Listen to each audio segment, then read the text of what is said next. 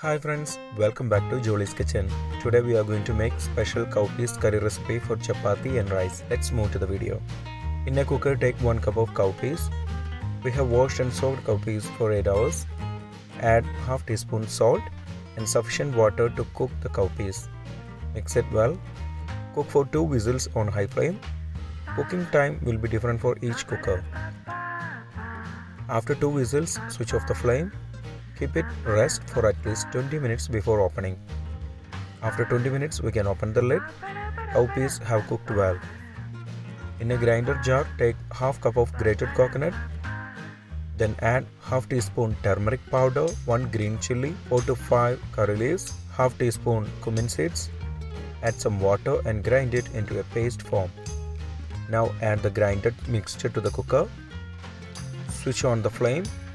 Add half cup of hot water, half teaspoon salt, mix it well. Cook for 5 minutes on low flame. If you have not subscribed to our channel, please do subscribe and support. To receive latest video notification, don't forget to enable bell icon. After 5 minutes, switch off the flame. In a pan, take 2 tablespoons oil and heat it. When the oil is hot, add 1 teaspoon mustard seeds and wait until it splutters.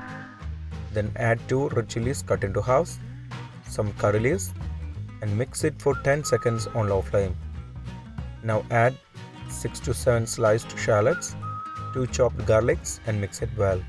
Saute it for 4 to 5 minutes on medium flame until it turns to light golden color. Mix it well. Cook for a minute on low flame. Now add this on top of the curry.